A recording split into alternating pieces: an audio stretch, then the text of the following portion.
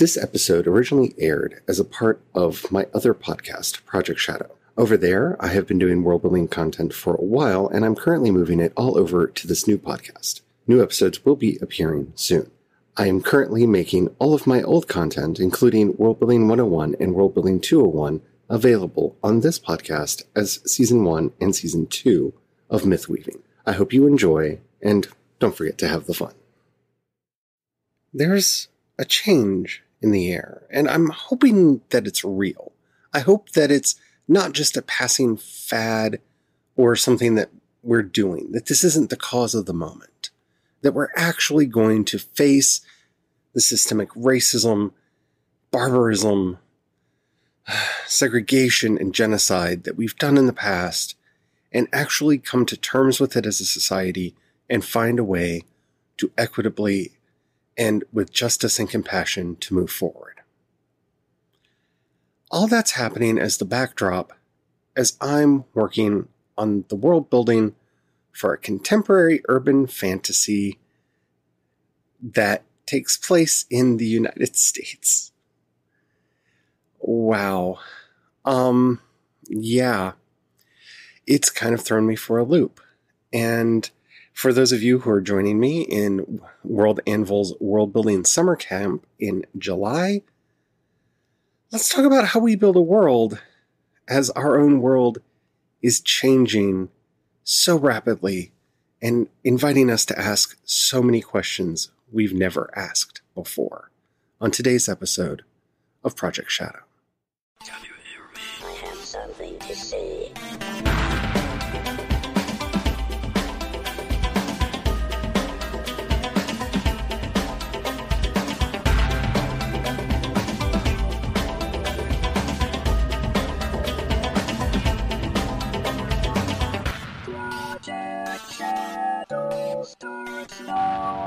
Hello everybody, how are you doing today? My name's Charlie, you might know me better as sci-fi fantasy writer C.E. Dorset, and yeah, this is a lot to take in, especially as I'm in the midst of a world building project to develop a story that's taking place in the United States.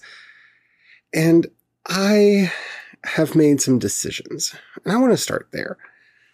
I very specifically chose to set the story that I'm working on in the 90s. And I did that for a couple reasons. I didn't want to have to deal with how events like 9/11 would affect the world that I'm writing in, not yet. I also didn't want to have to take into effect everything that came after that, the war on terror and, the pandemic and everything that's going on right now. There's enough that I want to get done establishing a parallel magical world that exists alongside ours, that taking all of the time and energy to do that, it felt like overkill. It felt like it was too much. And so I've decided to set my story in the 90s. And that's partially because of my own nostalgia and the fact that I really miss that goth subculture that I came up in the 90s. And it really fits the story and the setting that I'm wanting to write about. So I hope by doing that, it doesn't look like I'm trying to dodge what's going on, because I'm not. It's just, I want to get the world established before I have to deal with other issues that are coming down the pike, especially because there is a possibility in one version of the setting Bible that I've already written, there's a chance that the magical community might get exposed. Dun, dun, dun.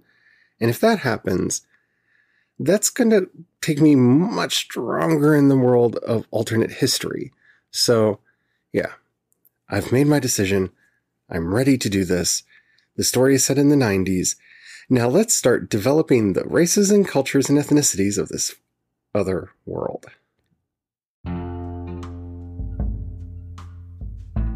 So as we are developing our ethnicities, races, and cultures and the strife between them for our fictional worlds, we need to realize a couple things, especially people like me. I am generally classified as white. I identify as Irish because that is where my family, large portion of my family is originally from. And so I don't have a right to appropriate anger that doesn't belong to me.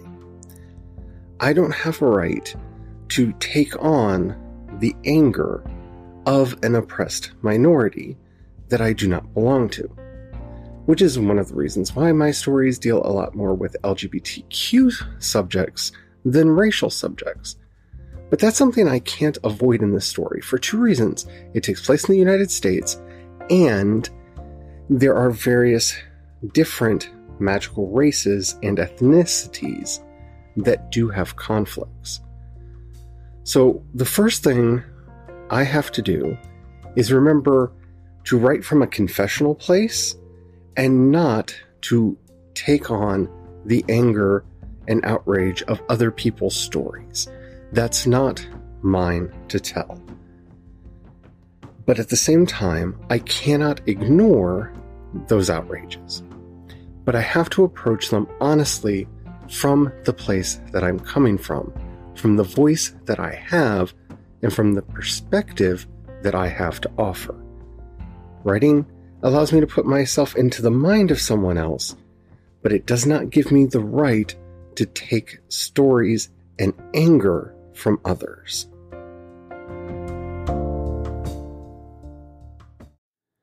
So how do we write from the points of view of our characters without appropriating the anger and rage of others?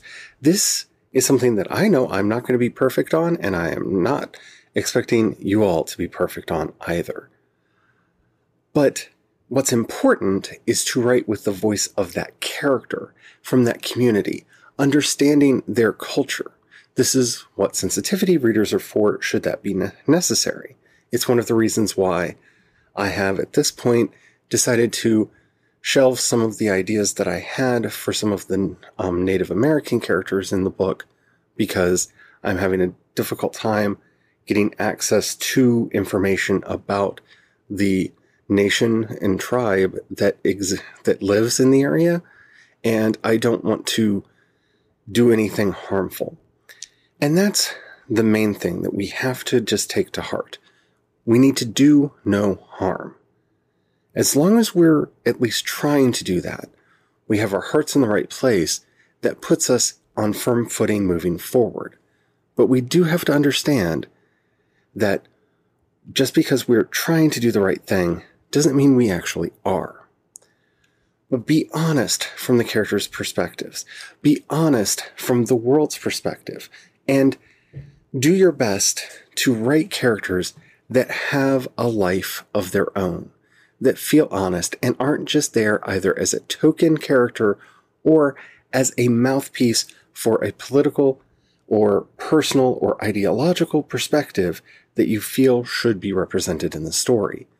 If we're just tokenizing people, oh, that's patronizing, and we should not ever allow ourselves to do that.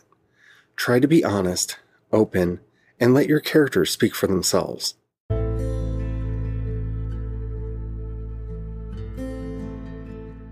The biggest problem for us here is trying to do realistic world building, because the first thing that you have to understand as a writer is that you are not trying to capture real life. Real life is boring, real life is confusing, real life does not have narrative structure or plot. It may feel like it, it may look like it, and those tools may be helpful for us to understand our lives, but real life is a lot more messy. Our stories need to be about something, and so we're going to be paring things down. When we're doing that, yes, we're trying to create a simulacrum of reality. We're trying to make people feel that these characters, these settings, these events are happening. But at the same time, we have to acknowledge that they are fictitious, they are heightened, and they are hyper-specific to the story that we're telling. If you're telling a story where you're just inserting a message to sound good, and it has absolutely nothing to do with the theme or the plot of the story that you're working on, step back. Be very careful, because that can come across as extremely patronizing as well. We're here to tell stories that are complete, that are full, and that are rewarding for our readers. We're not here to change the world. We're not here to change minds. We might have that effect, but we can never know that until the product actually comes out, until the project is finished. So be open, be honest, be focused on what you're doing, but remember, you're not trying to replicate reality. You're trying to construct a good narrative and a good narrative world. And those are two very different things. One of the best ways to keep ourselves on track is to make sure we are not accidentally including racist, sexist, or homophobic tropes into our world building. This can happen really easily when we're not paying attention. And sometimes, if we're even extremely well-intentioned, we can come up with what we feel is a good analogy that either in hindsight or even at the time doesn't work. A good example of this is a Star Trek episode where they conflate someone's gender identity with a relationship's sexuality. And those are extremely different things. And by trying to analogize this thing that you want to talk about so it can be acceptable for an audience that may not have been willing to approach that topic, you actually muddied the water and made it not as clear. So my simple advice would be try not to analogize, because analogies very often break down and rely on everyone seeing the elements of those analogies in the same way that you do or that you intended. And intent of an author does not change the impact that it has on readers. A reader may read your well-intentioned allegory or analogy as something that is harmful, hurtful, or biased. And we have to be careful about that. Again, we need to construct characters, worlds, settings, and stories that live for themselves and on their own without having to be too overly heavy-handed in constructing meaning for our readers.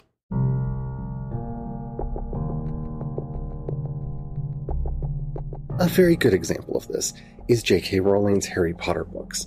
And while I feel like it, and I know she feels like, people like me are dunking on her a lot, the analogies that she utilized in the Harry Potter books and that made it into the movies show how this kind of analogy can really be harmful if it's not thoroughly vetted and thought through.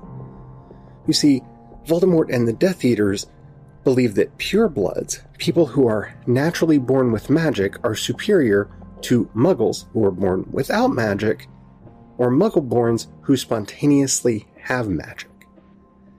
And I can see how she saw that as a problem and introduced the idea of the squibs. Well, sometimes in a pureblood family, people are born without magic. So a squib is to a pureblood what a muggleborn is to a muggle.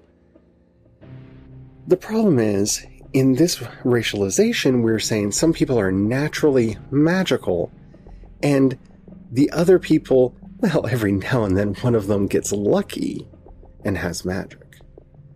And that is problematic. It is actually giving a validity to the racial bias of Voldemort and the Death Eaters, and that is problematic. The same is true with her use of lycanthropy as an analogy for AIDS, because she makes one of her main werewolves a character who likes to seek out small children to infect them, and talks greedily about what they like to do to small children. This makes werewolves a bit creepy and homophobic when you understand the analogy she was going for with them. Now, having said that, many people saw what she was trying to do and actually took the right messages out of those books, that people should be allowed to be themselves and not be judged for the circumstances of their birth. But that doesn't take away from the problematic nature of those depictions.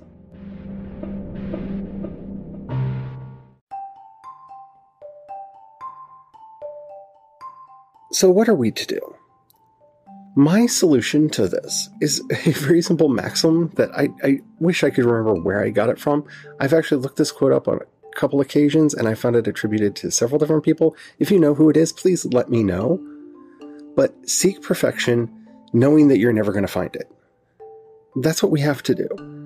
I want my stories to be perfect. I want my worlds to be perfect. I want people to love them and care for them and enjoy them as much as I do. I know that I will never reach that level of attainment.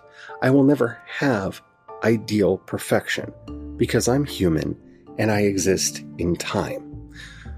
Perfection belongs to the gods, not to us mere mortals. But just because it is something that I can never attain does not mean that it isn't something I should strive for. I want my stories to mean something for people. I want them to be a good escape from their regular lives. I want them to be fun, enjoyable, and everything that they are to me. As long as I stay focused on that goal and do everything in my power to make it come about, then I have done a good job. I also need to listen to criticism and take it in for what it is, and not feel that I'm being attacked because I got something wrong, even when I am being attacked for something I got wrong. Errors happen. We have to accept.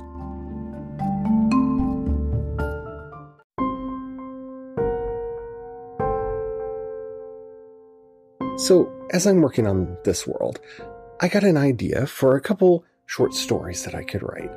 You know, folk tales that the characters in setting would have been raised on, stories that they would have heard as children, stories that would have meant something to them. And I thought to myself, you know, I should take the time to write them, because then I will have a better understanding of the world, the characters, and the culture they grew up in. So I did. I've at this point of recording, I've written one of these stories, and I love it. I think it's really, really good and extremely preachy. And that isn't exactly what I was going for.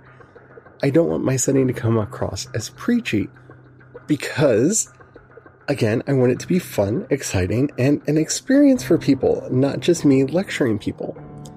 And this story has been a real tightrope for me to walk because it's a children's story. It's a fable. And as such, it has that moralizing that you would expect in a children's story. And I need to make sure that if I allow myself to do that, that it is in that context and not in the main story. Because what I found myself doing is working out my own inner conflict through the characters of the short story in a way that helped me understand the perspectives of the world. That's great, that's wonderful. Maybe in the edits and the revisions, I should find a way to tone it down some without losing that spirit that's in it. Because, again, preachiness wins no one over. You want people to enjoy your stories, not sit down for a lecture. I'm learning that the hard way.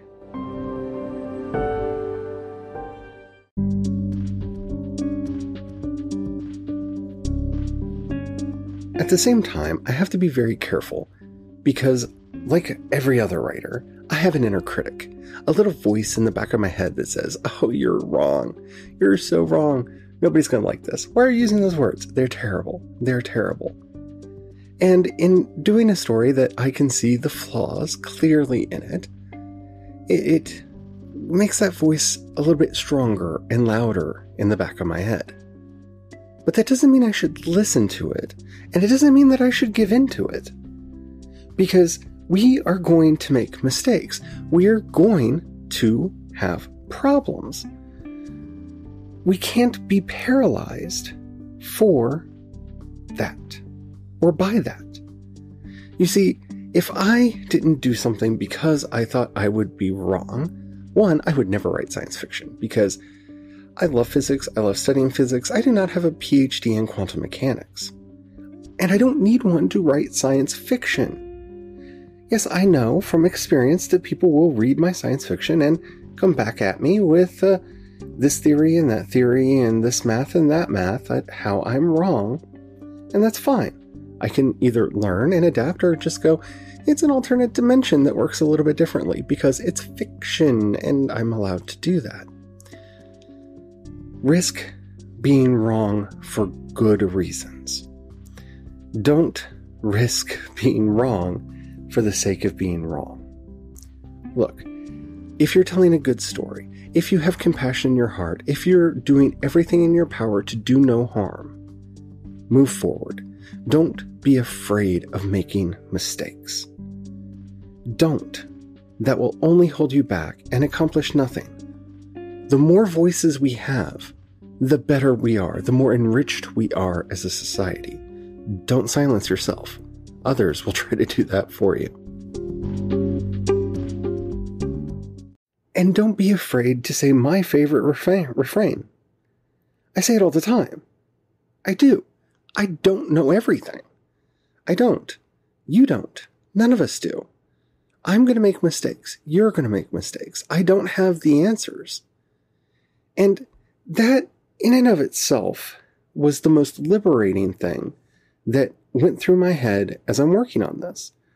Because I'm working on a story where concord is paramount to the magic. So they have to get along to get along. But there's still strife there. So how do I balance that? And initially, I felt this extreme pull on me, telling me that I had to have the answers, I had to provide the answers, I had to know exactly what was going on in the story at all times, and I had to be the one that made it work. And I don't. That's not my job. If I want to write Star Trek, I don't have to explain to you exactly how the Federation and the Earth Alliance itself got rid of poverty, crime, and war. I can just say that they got rid of poverty, crime, and war. If I'm writing a story that explores those topics, I can explore those topics. But in general, I don't need to know how they do that, unless it's relevant to the story. You see, this goes back to what we talked about before. We're not trying to recreate history. We're trying to tell compelling stories. Sometimes it's just enough to say that it is. And sometimes it's important to dig into it and do more. Knowing which time it is will save you a lot of heartache as you go forward on your projects.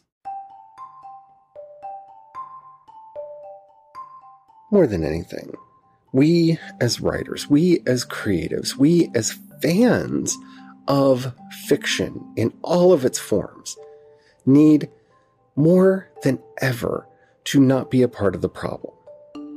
I mean, think about it when the Foundation trailer came out, and people that I would almost bet you money had never read the books started complaining because they were seeing black and female characters, and oh my goodness, a black female character in the story.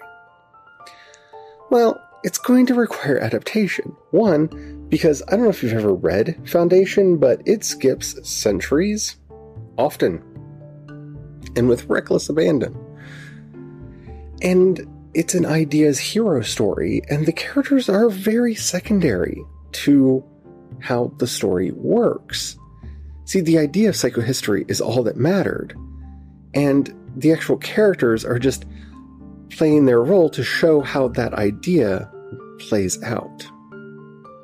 If you're going to do a TV series, well, you're going to have to actually create interesting and compelling characters, because that's how TV works. So we have to be part of the solution, not the problem. We can't complain about every little thing when, oh, they changed the race of a character or they changed the gender of a character. And at the same time, we can't hold ourselves back and be silent, because silence in the face of racism, sexism, homophobia, and transphobia is tacit support for them. You're either working to make the world better or allowing the world to stay as it is. And that's the path we have to walk together to get to the future we want to arrive at.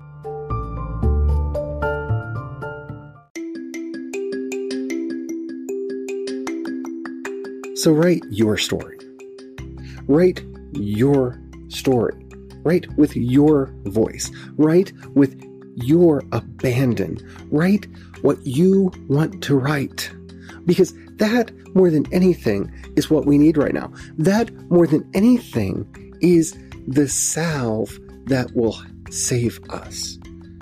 Because for too long, too many of our voices have been silenced. Too many of our voices have been pushed to the background and kept from being heard. Write honestly from your heart. And I can hear what you're saying now. But what if that person's heart is racist or sexist? Well, then, one, it's good to know that about them so that we can take that into effect when we decide whether or not to support their work in the future. So even then, it can be of value to all of us. But I think the real answer here is realizing that we're probably all racist, and sexist, and homophobic, or heterophobic, or transphobic in some way, shape, or form. I know a lot of my transition has been about learning about my own internalized misogyny that told me that I couldn't be femme because I'm not pretty enough or skinny enough. That's my own internalized misogyny speaking. These are things that we have to overcome as people, and it's the great task of our lives to make ourselves better in every way that we possibly can, not just financially. So, yeah, if you find yourself wanting to be better, be better. Write your story with your voice, because we need to hear you right now.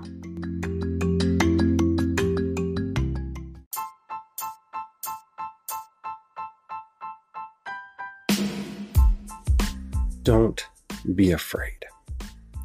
Just don't be afraid. Right now, there's so much going on to be afraid of with the pandemic and the civil unrest and the nudniks with guns running around doing things. It can be a scary world out there. We don't need to scare ourselves into silence. If you have a story that you think is the stupidest story in the world, that nobody but you will like, go ahead and write it anyway. Draw it. Sing it. Whatever moves you. Tell that story. Because it's yours. And whether or not you think anybody else wants it, we need it. Because you never know if those little quirks that make you feel weird, bizarre, that make you feel like an outcast, could be the thing that opens the eyes of others to see the world in a whole new way. In a way that liberates them from the chains that hold them back. That makes somebody else feel like, oh wait, somebody else feels like that? Maybe I'm not the weirdo I thought I was. Maybe I'm not alone. Because of the many things that we can do to each other in this life, the worst one is the one we do to ourselves. When we tell ourselves that we're alone, and that we're unloved, unlovable, and that we deserve bad things to happen to us. Those are lies from the pit of hell, and we need to overcome them for our sake and for the sake of all generations in the future. Tell your story. We need it. That's what I'm going to be doing for the month of July. So, thank you for listening. I hope you enjoyed this. This is the new format I'm playing around with for these weekly shows that I'm going to be doing at least through the month of, well, starting today and through the month of July, as I'm doing camp NaNoWriMo and for Camp NaNoWriMo, I'm doing World Builder Summer Camp, which you can find out more about over at worldanvil.com.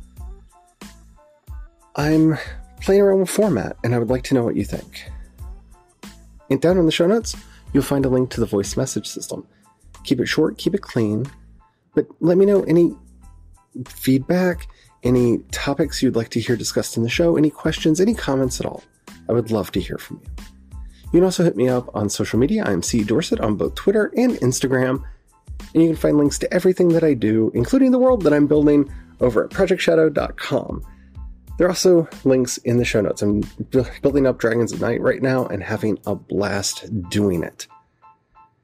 If you've got a buck you can pass my way, thank you very much. Down in the show notes, you'll find a link to both, well, to three things now, to listener support, to my Patreon, and to my Ko-fi account. Thank you to everybody who has helped me out over the years. It means the world to me, and I hope that I've given you something of value in return.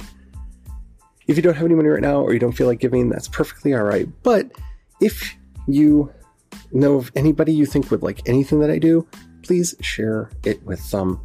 That helps me out more than you know. Alrighty, I'm really nervous about this because this is the first time on this new format, and I hope you like it. Until next time, which will be a week, remember, from now. Stay well, stay safe, and don't forget to have the fun. Bye.